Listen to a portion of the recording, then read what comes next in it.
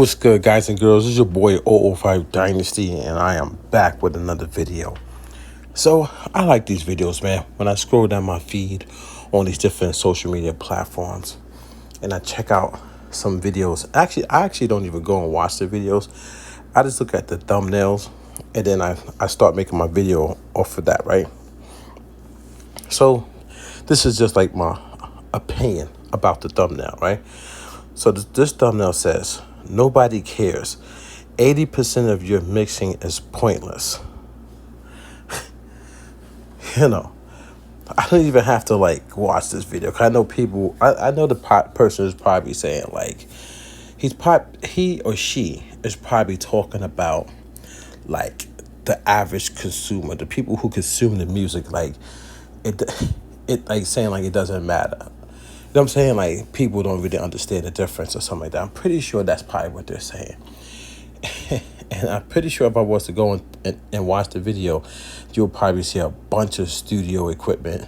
You'll probably see near-field monitors for mixing. So it's like sometimes people formulate these opinions in their head off of like what they think is the correct thing. You know what I'm saying? Like what they think is the correct way to like break down something.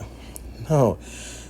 Mixing is the most important part of music. You cannot just put out music just to put out music. And 80% of your mixing is needed. Factual, man. You can't say 80% of your mixing is blah, blah, blah, blah, blah, blah. Because you could literally spend like a good hour on just fixing a piano sound. And I mean like really fixing the piano sound. It's so much stuff you can do to just one sound in general. Then you have to incorporate so many other sounds into that spectrum, into that sound field, into that track, either instrumental or song. Mixing is key and vital. You know how I know this too? I've literally recorded songs here in my like home production studio, right?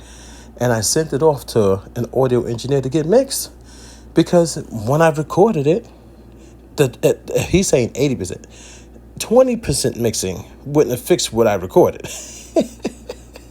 You know what I'm saying? Like, you needed that other 80, you need that 80% to fix that recording. Like, my vocals was just straight raw that I sent over. And I didn't send over one track. Like, if I did the first verse, I sent over like 4 tracks of that first verse. Like 4 takes of the second verse. You know what I'm saying? Then you got to do your ad-libs and your double tracks. And then you have to do the chorus. And the chorus can have multiple parts in it. Then you have the instrumental, which, if you do it the correct way, is broken up. Is stemmed out. So you got the piano on one track. You got the organ on this track. You got the flutes on this track. You got the bass on that track. Then you got the drums and you got all the percussion. Bass line. So what are you saying? What are you talking about? 80% of your mixing is pointless. You need 100% of the mixing. Then you need listening. After you mix something, then you gotta listen to it over and over and over again, checking for any mistakes, anything you might need to change, just something in it. That's all a part of mixing, man. Even listening for hours at times. Sometimes you got to become very, very skilled at mixing. So I don't think that was I don't know, man. You know, he's showing like all of this stuff on here. Like he said, nobody cares.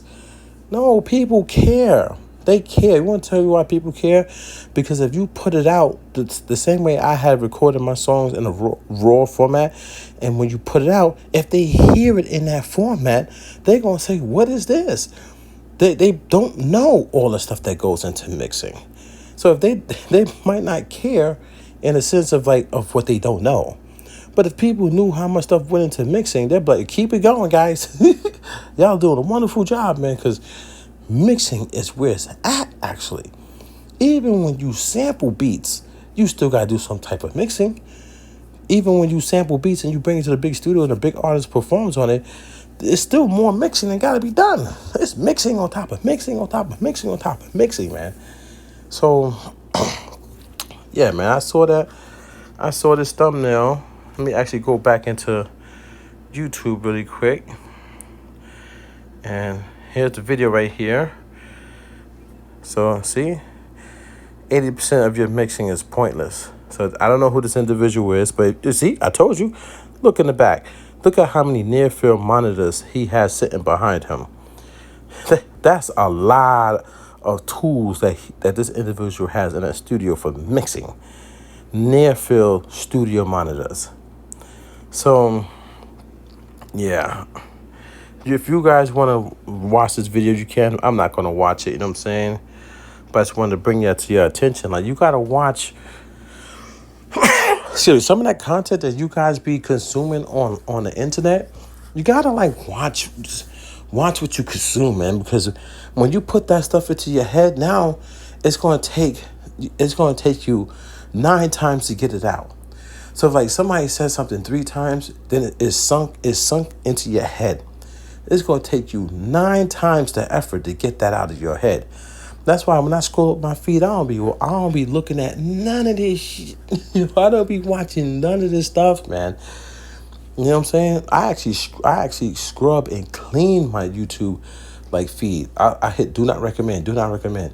As of lately though, the past like 2 weeks or so, you know, I had this whole thing when I made that one video on Ninth Wonder, and then everything started to go crazy. So the more and more I started making videos about music, now a lot of musical channels is popping up in my feed because, you know, these phones, they listen to you. Everything's listening to you. They always want to recommend this to you so you can watch it. They want to keep you on these platforms because they make money off of you daily. You know what I'm saying? But, you know, I just look at the thumbnail and I just go about it, man. I make quick videos, and these are educational videos, guys and girls. But you have to understand about Old Fire Dynasty. I'm just trying to plant seeds into your heads to think. Let me think a little bit different. Let me think a little bit more before I proceed with this action I'm about to do. Let me think a little bit more before I click on that video. Let me see what the title is. The title clickbait. Is the title something that I really, really should be investing my time in? Or should I think about it? Should I say, you know what? 80% of music is actually needed. It is needed, especially when I'm working on my own music. I do mixing. That's why I sit there for hours mixing to get that sound to sound correctly. And I'm not going to put my music out there sounding like garbage. And sometimes you've done that. You've put your music out there sounding bad because you didn't mix it correctly. So you got to think before you click on these people's videos because they trying to draw you in, man. It's all about clicks, views, likes, comments, shares. You know, these people, a lot of these people are supposed to be musicians, artists in the music industry, man. But they spending most of their time on YouTube every day or every other day or at least once or twice a week, and they're making these content creator type videos. We are in this era of artists are not being artists, man. They're saying they're artists, but they are not being legit musical artists in the music industry. They are turning into content creator artists. They doing tutorials. They're doing walkthroughs. They're doing product review videos. You barely even know who these people are. Remember back in the days, you knew who the artists were. You were able to follow their story. You would read about them in magazines. You would see them on TV. You know, they would do stuff where people will go to their crib and interview them, or like you will see them out and about at Walt Disney World and somebody catches them on the camera and they're like, oh, I'm out here with my kid. You see real life stuff, and it makes you like the artists even more because they're more relatable. They're going through things that you go through. They're making music that you can relate to because they've been through the drama, the ups and the downs, you know? Now, it's just content creators. That's your artist now. You spend more time watching a content creator than actually supporting a real artist, man. Like literally, you see me, I'm 005 Dynasty, right? I am an artist and I'm constantly working on my music behind the scenes. I haven't even been able to show you as of recently because I've picked up more stuff in my daily life just to, you know what I'm saying, just to make ends meet and keep my kids, you know what I'm saying, safe. So now I'm making money, I'm making bank, but I'm making bank for my kids, you know what I'm saying, and my young lady. So But at the same time, I'm working on my music. So what you see is raw videos from me, videos that are not edited. I shoot videos with my phone, man. I have professional cameras. I have the professional lighting. I have the professional music gear. But you don't see me sitting down trying to set up these videos so I could get likes and views. They're all doing it, man. Copies and clones of everybody on YouTube. They watch their videos. Same camera angles. One, you know what I'm saying? Same lighting, same microphones, same musical equipment, same topics, talking about the same companies. If a Kai drops a new MPC, then all these beat makers go make content videos on it. It's gotten so bad to the point where these supposedly musicians or beat makers or producers, they don't even drop a video until a Kai drops a video. A Kai says, okay, guys, we about to launch a product. All right, get ready to drop your videos. And they all drop videos because they know the people are going to go and watch. And why do people go and watch? Because people are lazy and they don't do the homework themselves. They don't go to the Kai website and read up on the stuff. They don't go read the manuals. They don't just download the software and play with them themselves. They go and look for the content creators to do all the work for them. So it's like the content creators know that they're going to come. They know they're going to get the monetization money, so they're going to keep doing that. They only drop videos when the companies give them a product to review, or when they come out with something new and they know they're going to get money off it. That's it. That's your musical artist in 2024, man. It's either that or they making some stupid ass music to a viral dance, and that's it. There's no more real musical artists if you think about it, man. It's fading. Music industry is fading before our eyes. But so you gotta watch what you watch on these platforms, man. Sometimes I know it's hard. I know it's hard, man, to not click that button and then spend the 6 minutes, 10 minutes, 15 minutes, 20 minutes watching what the next person has to say about something. But give it a try. That's all I'm saying is give it a try. You'll find out that your mind becomes more free, man. You'll literally find out your mind becomes more free. And you really find yourself, man, especially if you're a musical artist and you watch this video, you'll find yourself getting more into your music instead of watching YouTubers, man, who are supposed to be musicians in the music industry. I'm telling you, I'm a product of that. Once I cut out all these people that I stopped watching, I have a free mind while creating now. Like, I was just talking to my friend. I was like, man, this last 2 weeks and change has been crazy. Ever since I dropped that Night Wonder video. But, things are starting to, like, smooth over, settle down. I'm not getting so many hate comments anymore and stuff like that. So now it's back to the music grind, you know what I'm saying? So I'm going to I'm gonna finish this song, Hate All You Want, finish that record. Then I have more records that I need to finish. And once I finish these records, they're going to get mixed and they're going to be ready. They're going to be ready for the album, man. Album's dropping next year. And that's that. You know what I'm saying? And I can't wait for the album to drop. Because when the album drops, you're going to see, I'm coming out as a musician, man.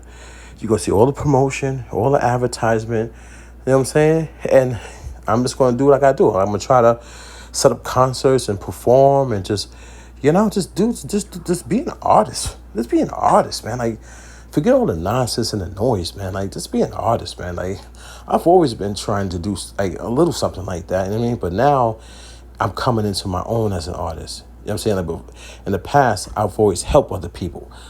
I've helped other people. Now it's finally time for me to do what I want to do. I know, it's crazy. I know it's later in my age. Like, I should have been doing this like 20 years ago, but I didn't have that type of mindset. You know what I'm saying? But it's never too late. And I feel like my music it has that vibe. It's ghost wave. It's my style. It's my genre. You know what I'm saying? And yeah, I can't wait to bring it out for the world to see and listen to. This your boy 005 Dynasty. I'm going to get up out of here. And, I'm going to keep dropping raw videos, just being me, man. I'm not falling into the content creator world. I'm just going to, just try to educate as much as I can. I'm not the smartest person in the world, but I just try, you know what I'm saying? All we can do is just try, man. I try to help people and just open up their minds. I just want y'all guys to open up your minds a little bit more, man. This your boy 005 Dynasty, and you already know what I'm about to say, man. Google me. It's late at night, so I can't scream it, you know what I'm saying? I got to respect the family. Word. Peace out.